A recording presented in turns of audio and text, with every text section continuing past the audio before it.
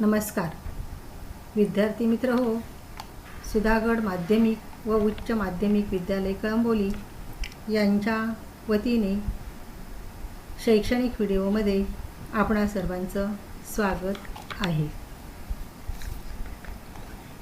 इयत्ता 8वी विषय सामान्य विज्ञान, प्रकरण 5 अणूचे अंतरंग।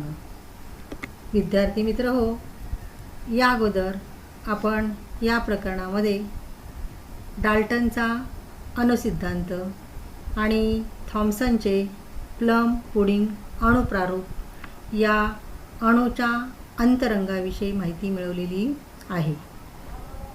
तर डाल्टनच्या अणुसिद्धांतानुसार अणू हा भरीव कडक अशा प्रकारचा गोल आहे आणि थॉम्सनचा जो सिद्धांत आहे किंवा थॉम्सनच्या प्रारूपानुसार अणू हा धन प्रभारित भागामध्ये ऋण प्रभारित कण हे जडवलेले असतात। तर याविषयीची माहिती आपण या अगोदरच्या व्हिडिओमध्ये पाहिलेली आहे। आज आपण रुदरफोर्डचे केंद्रकीय अणुप्रारूप, रुदरफोर्ड या शास्त्रज्ञाने अणूच्या अंतरंगाविषयी जी माहिती सांगितली त्याविषयी माहिती आज आपण पाहणार आहोत। तर डाल्टन आणि थॉम्सन यांच्यानंतर इसवी सन 1911 मध्ये अर्नेस्ट रुदरफोर्ड यांनी विकिरणाचा प्रयोग केला आणि या विकिरणाच्या प्रयोगावरून अणूचं केंद्रकीय प्रारूप मांडलं। तर बघा या ठिकाणी अर्नेस्ट रुदरफोर्ड यांनी त्यांच्या सुप्रसिद्ध विकिरण प्रयोगाने अणूचा अंतरंगाचा वेध घेतला व सन 1911 मध्ये अणूचे केंद्रकीय प्रारूप मांडले। आता या ठिकाणी रुदरफोर्ड यांनी सोन्याचा अतिशय पातळ पत्रा घेऊन, बघा रुदरफोर्ड या शास्त्रज्ञांचा रुदरफोर्डचा विकिरणाचा प्रयोग यांनी काय केलेले प्रयोग केला आहे आणि तो जो प्रयोग आहे त्या प्रयोगाचं नाव आहे विकिरण प्रयोग।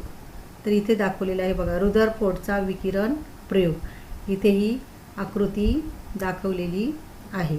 तर अशा प्रकारचा प्रयोग हे अणूचं अंतरंग कसं असतं हे सांगण्यासाठी रुदरफोर्ड या शास्त्रज्ञाने हा प्रयोग केला।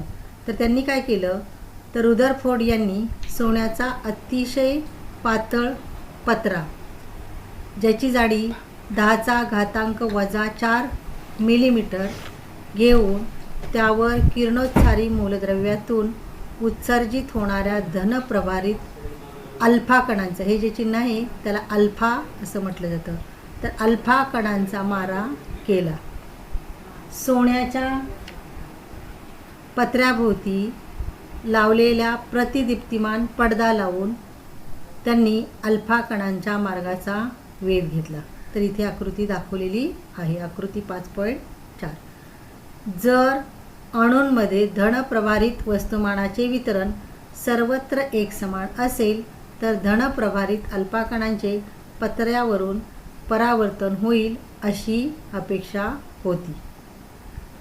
अनपेक्षितपणे बहुसंख्य अल्फा कण पत्र्यातून आरपार गेले। काही थोड्या अल्फा कणांचे मूळ मार्गापासून लहान कोनामधून विचलन झाले, आणखी थोड्या अल्फा कणांचे मोठ्या कोनातून विचलन झाले आणि आश्चर्य म्हणजे 20,000 पैकी एक अल्फा कण मूळ मार्गाच्या उलट दिशेने उसळला। म्हणजे या ठिकाणी हा रुदरफोर्डच्या विकिरणाच्या प्रयोगामध्ये रुदरफोर्ड या शास्त्रज्ञांनी काय केलेले, हा सोन्याचा इथं बघा पातळ पापुद्रा आहे आणि हा प्रतिदीप्तिमान अशा प्रकारचा पडदा घेतला, त्याच्यामध्ये हा सोन्याचा पातळ पत्रा आणि या सोन्याच्या पातळ पत्र्यावरती अल्फा कणांचा मारा केला। अल्फा कणांचा काय केला, मारा केला तर हे अल्फा कण आहे तिथे बघा, हे अल्फा कण हे उत्सर्जक कण आहे. मग इथे ही चिर आहे, या चिरेमधून हे अल्फा कण या सोन्याच्या पातळ पापुद्र्यावरती गेले.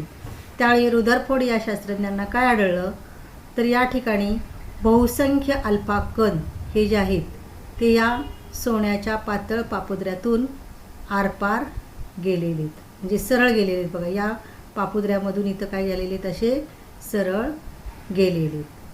आणि काही थोड्या अल्फा कणांचे, म्हणजे काही जे कण होते त्या कणांचं मूळ मार्गापासून लहान किंवा मोठ्या अंशाच्या कोनामधून विचलन झालं. म्हणजे इथं हा लहान अंशाच्या कोनामधून इथं विचलन झालेलं आहे आणि हा जो आहे तो मोठ्या अंशाच्या कोनामधून या ठिकाणी या कणांचं विचलन झालं. इथून असा हा जो कोण आहे तो लहान कोण आहे, लघुकोन, आणि इथं जो आहे तो मोठ्या अंशाच्या कोनात, हा जो कोण आहे तो मोठ्या अंशाच्या कोनातून त्यांचं विचलन झालं. आणि फक्त म्हणजे 20,000पैकी एक अल्फा कण मूळ मार्गाच्या उलट दिशेने परत आलेला आहे. तर या ठिकाणी बघा इथून गेलेले हे अल्फा कण असे परत आलेले तिथं दिसत आहेत असे. तर अशा प्रकारे हा प्रयोग केल्यानंतर या गोष्टी रुदरफोर्ड या शास्त्रज्ञाला आढळून आलेल्या आहेत. तर या ठिकाणी मग याच्यावरून त्यांनी या अणूचं प्रारूप किंवा अणूचं अंतरंग, अणूचे रूप कसं असतं याविषयी त्यांनी काय केलेलं आहे बघा.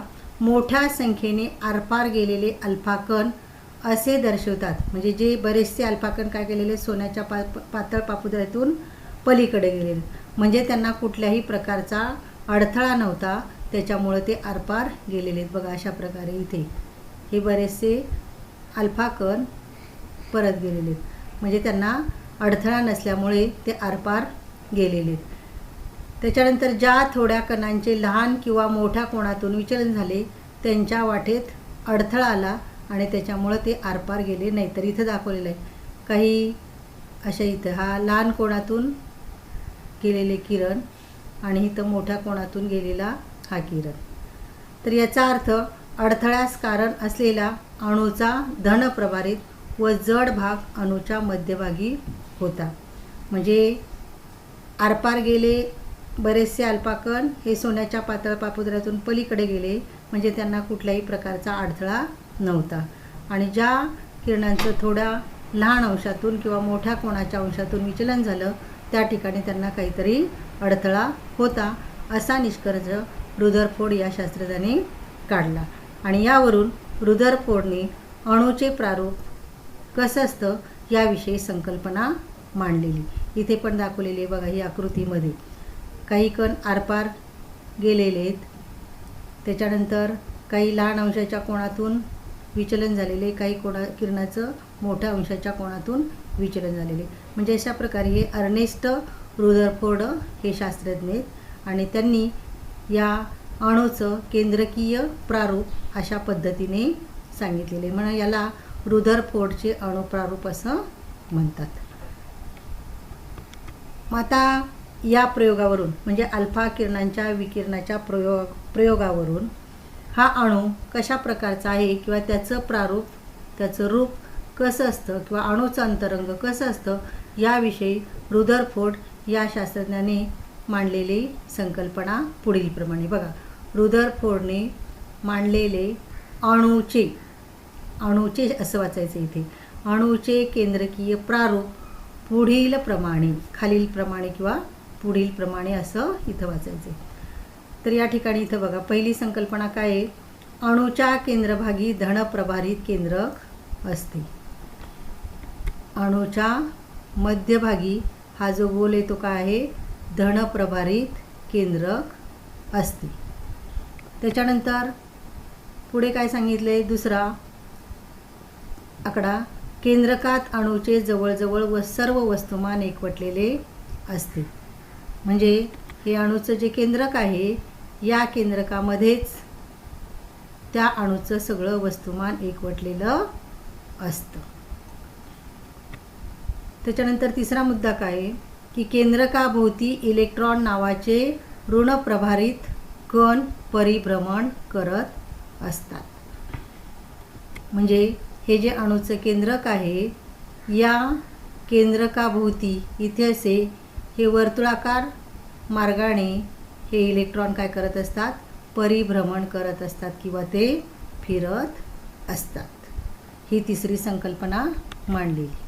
त्याच्यानंतर चौथा मुद्दा काय बघा, की सर्व इलेक्ट्रॉनांवरील एकत्रित ऋणप्रभार हा केंद्रकावरील धनप्रभारा एवढा असल्याने विजातीय प्रभाराचे संतुलन होऊन अणू हा विद्युत प्रभारदृष्ट्या उदासीन असतो.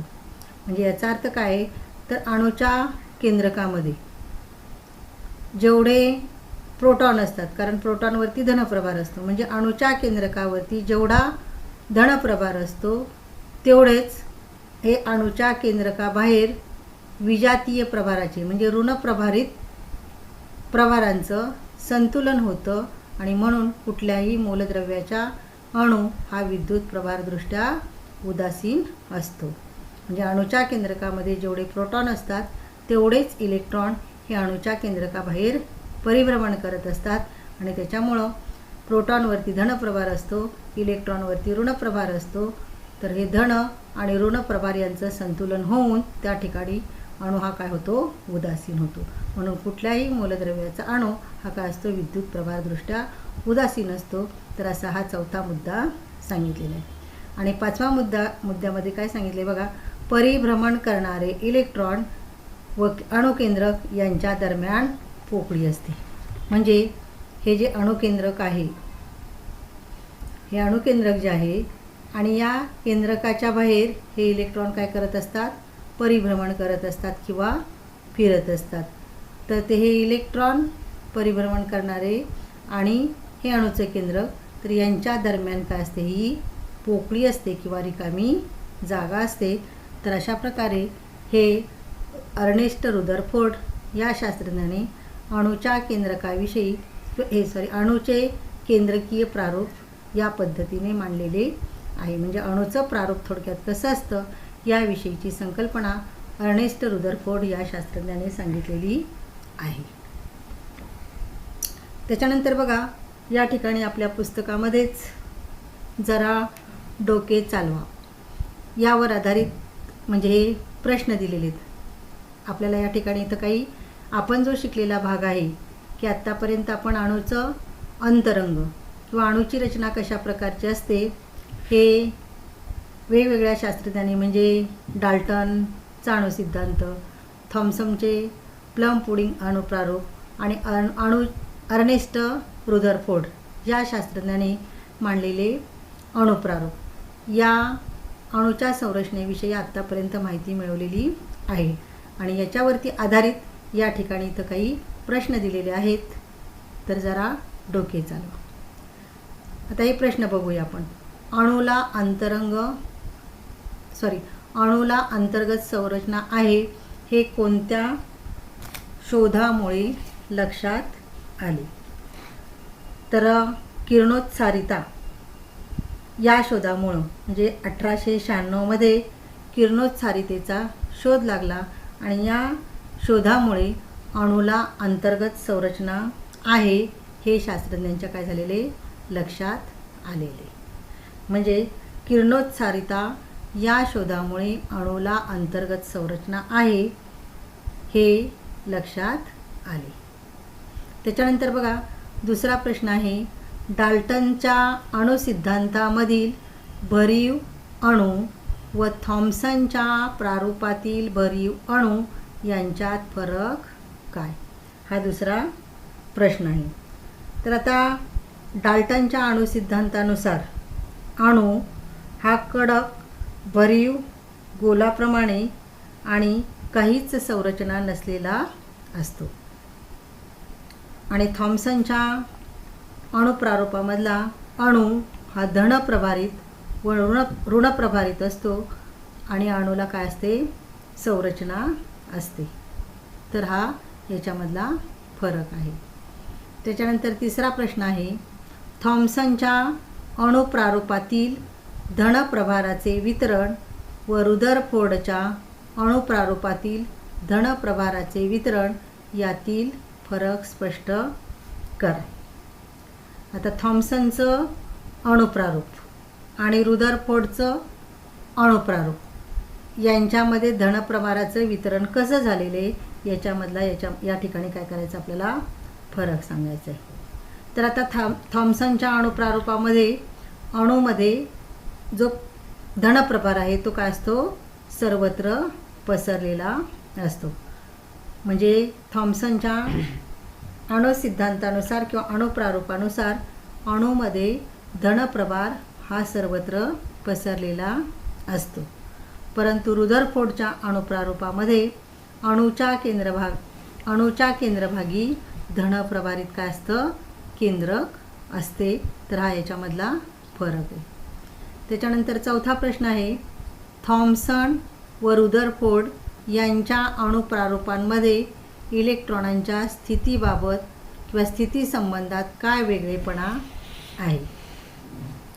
तर आता थॉम्सनच्या अणुप्रारूपानुसार अणूमध्ये धनप्रभारयुक्त जेल पसरलेले असते व त्यामध्ये ऋणप्रभारित इलेक्ट्रॉन जडवलेले असतात.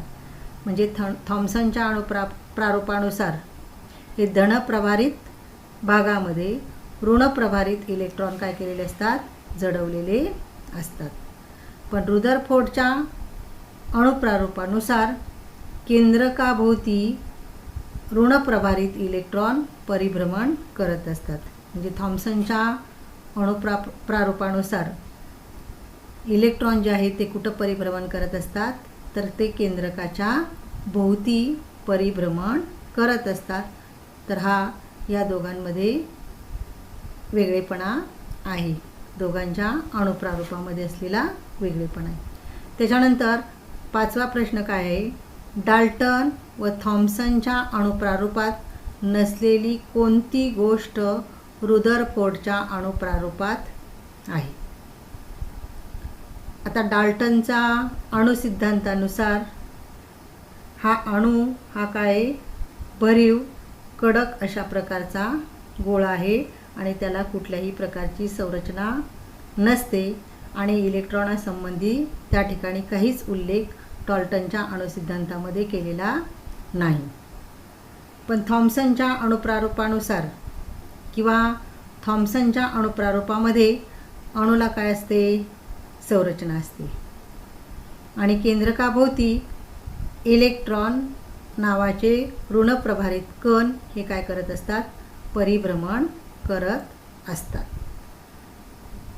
आणि रुदरफोर्ड या शास्त्रज्ञाने जे सांगितलेलं अणुप्रारूप आहेत त्या अणुप्रारूपामध्ये काय असतं ऋणप्रभारित इलेक्ट्रॉन हे स्थायी नसतात, ते केंद्रकाभोवती परिभ्रमण करत असतात. आणि या ठिकाणी हे जे केंद्रक आहे ते केंद्रक कसं आहे धनप्रभारी असतं. म्हणजे डाल्टन आणि थॉम्सन यांच्या सिद्धांतामध्ये अणुकेंद्रकाची संकल्पना या अणुप्रारूपामध्ये नव्हती. पण अर्नेस्ट रुदरफोर्डच्या अणुप्रारूपामध्ये अणुकेंद्रक हे धनप्रभारी असते हे आपल्याला या ठिकाणी दिसून येते. तर डाल्टन आणि थॉम्सनच्या अणुप्रारूपात नसलेली कोणती गोष्ट रुदरफोर्डच्या अणुप्रारूपात आहे. म्हणजे धनप्रभारी अणुकेंद्रक हे रुदरफोर्डच्या अणुप्रारूपामध्ये आहे हे या ठिकाणी आपल्याला याचं उत्तर सांगता येईल. तर अशा प्रकारे हे प्रश्न आहेत. त्याच्यानंतर पुढचा भाग आहे म्हणजे डाल्टन, थॉम्सन आणि अर्नेस्ट रुदरफोर्ड या शास्त्रज्ञांनी अणू कसा आहे याविषयीची वेगवेगळी संकल्पना जी सांगितली ती आपण पाहिली. त्याच्यानंतर पुन्हा या अणुप्रारूपाविषयीचा अभ्यास बोर या शास्त्रज्ञांनी म्हणजे नील्स बोर या शास्त्रज्ञांनी केलेला आहे. आणि त्या शास्त्रज्ञांनी बघा अणूचं प्रारूप कशा प्रकारचं असतं हे या ठिकाणी इथं सांगितलेलं आहे. तर हे नील्स बोर, डॅनिश वैज्ञानिक नील्स बोर हे शास्त्रज्ञ आहेत आणि यांनी अणूचं प्रारूप हे कशा प्रकारे असतं ते या ठिकाणी इथं आकृतीच्या सहाय्याने दाखवलेलं आहे. बघा बोरचे स्थायी कक्षा अणुप्रारूप. त्यांनी काय सांगितलं तर सन 1913 डॅनिश वैज्ञानिक नील्स बोर यांनी स्थायी कक्षा अणुप्रारूप मांडून अणूचा स्थायी भाव स्पष्ट केला. बोरच्या अणुप्रारूपाची महत्त्वाची आधारतत्वे पुढीलप्रमाणे आहेत. म्हणजे नील्स बोर या शास्त्रज्ञाने हे अणुप्रारूप कसं असतं हे किंवा अणूची रचना कशा प्रकारची असते ते या ठिकाणी इथं सांगितलेले आहे. इथे 3 मुद्दे दिलेले आहेत, आपण ते पाहूया. तर पहिला मुद्दा आहे बघा, अणूच्या केंद्रकाभोवती परिभ्रमण करणारे इलेक्ट्रॉन केंद्रकापासून विशिष्ट अंतरावर असणाऱ्या समकेंद्री वर्तुळाकार कक्षामध्ये असतात. म्हणजे हे जे इलेक्ट्रॉन असतात, अर्नेस्ट रुदरफोर्ड या शास्त्रज्ञाने काय सांगितलं की केंद्रकाभोवती इलेक्ट्रॉन ही वर्तुळाकार कक्षामध्ये परिभ्रमण करत असतात. आणि बोर या शास्त्रज्ञाने काय सांगितलं तर हे जे इलेक्ट्रॉन आहेत ते इलेक्ट्रॉन अणूच्या केंद्रकाभोवती हे काय करत असतात, परिभ्रमण करत असतात. पण त्या अणूच्या केंद्रकाभोवती अशा कक्षा असतात आणि या कक्षामध्ये ते विशिष्ट अंतरावरती, केंद्रकापासून विशिष्ट अंतरावरती वर्तुळाकार कक्षामध्ये परिभ्रमण करत असतात. तर हे अणूचं केंद्रक आहे. या ठिकाणी अधिकचं चिन्ह आहे म्हणजे केंद्रक काय असतं, हा धनप्रभारित भाग आहे. केंद्रकावरती धनप्रभार असतो किंवा हा धनप्रभारित भाग आहे. आणि या केंद्रकाच्या बाहेर या कक्षा आहेत. हे पहिली जी कक्षा आहे, 1 नंबरची कक्षा बघा, ही पहिली कक्षा, त्या कक्षेला के कक्षा असं म्हणतात. त्याच्यानंतर किंवा के कवच म्हणतात. इथं दिलेले बघा, पहिली के कक्षा किंवा इथं के कवच. त्याच्यानंतर दुसरं जे कवच आहे हे दुसरं वर्तुळ म्हणजे दुसरं कवच, तर याला यल कवच असं म्हणतात. त्याच्यानंतर तिसरं जे कवच आहे त्याला यम कवच म्हणतात. यम कवच म्हणतात. 3 नंबरच्या कवचाला काय म्हणतात, यम कवच. त्याच्यानंतर हे 4 नंबरचं जे कवच आहे या कवचाला यन कवच असं म्हणतात. म्हणजे हा धनप्रभारित केंद्रक आहे आणि या केंद्रकाच्या भोवताली इलेक्ट्रॉन हे फिरत असतात किंवा परिभ्रमण करत असतात वेगवेगळ्या कवचामध्ये किंवा कक्षामध्ये. कक्षा आणि कवच दोन्हीचा अर्थ एकच आहे. त्याच्यानंतर दुसरा मुद्दा काय सांगितला आहे तर विशिष्ट कक्षेत असताना इलेक्ट्रॉनांची ऊर्जा स्थिर असते. म्हणजे हे के कवच आहे किंवा 2 नंबरचं यल कवच आहे, तर या एका कवचामध्ये समजा एका कक्षेमध्ये असणारे जे इलेक्ट्रॉन आहेत तर त्यांची जी ऊर्जा आहे ती कशी आहे, स्थिर असते. दुसऱ्या कवचामध्ये असणाऱ्या इलेक्ट्रॉनांची ऊर्जा कशी असते, स्थिर असते. म्हणजे याचा अर्थ काय की एकाच कक्षेमध्ये असणाऱ्या इलेक्ट्रॉनांची ऊर्जा स्थिर असते किंवा सारखी असते.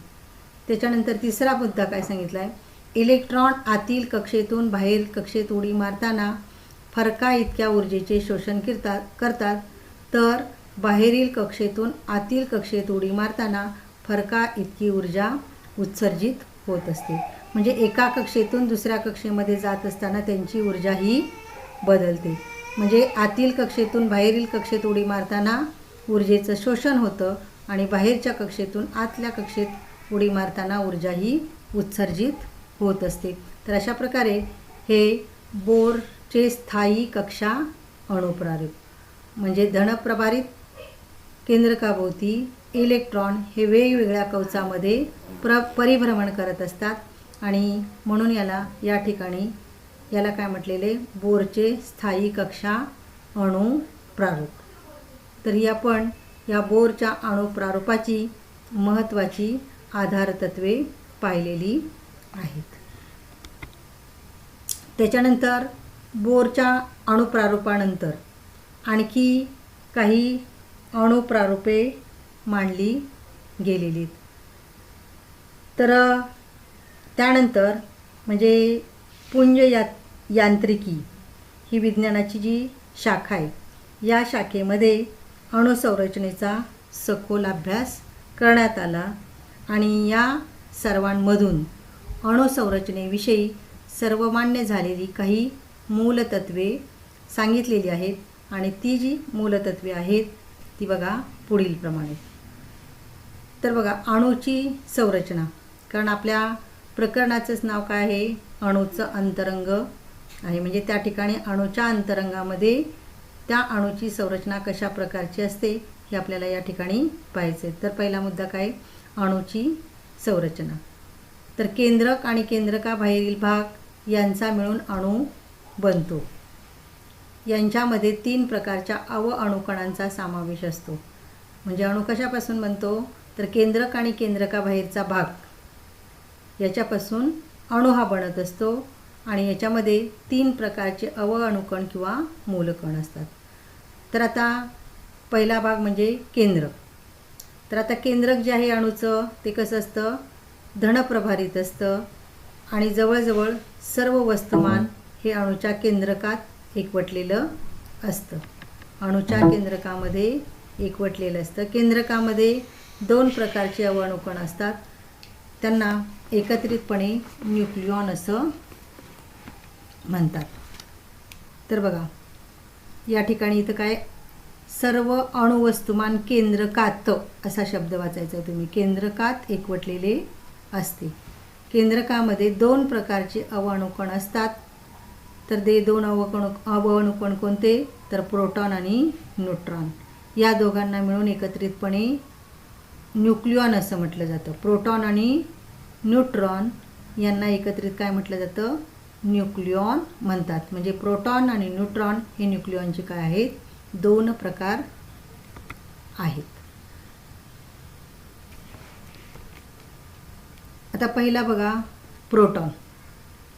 म्हणजे केंद्रकामध्ये काय असतं, प्रोटॉन असतात. तर प्रोटॉन हा अणुकेंद्रकात असणारा धनप्रभारित अणुकण असून केंद्रकाबाहेरील धनप्रभार हा त्याच्यातील प्रोटॉनांमुळे असतो.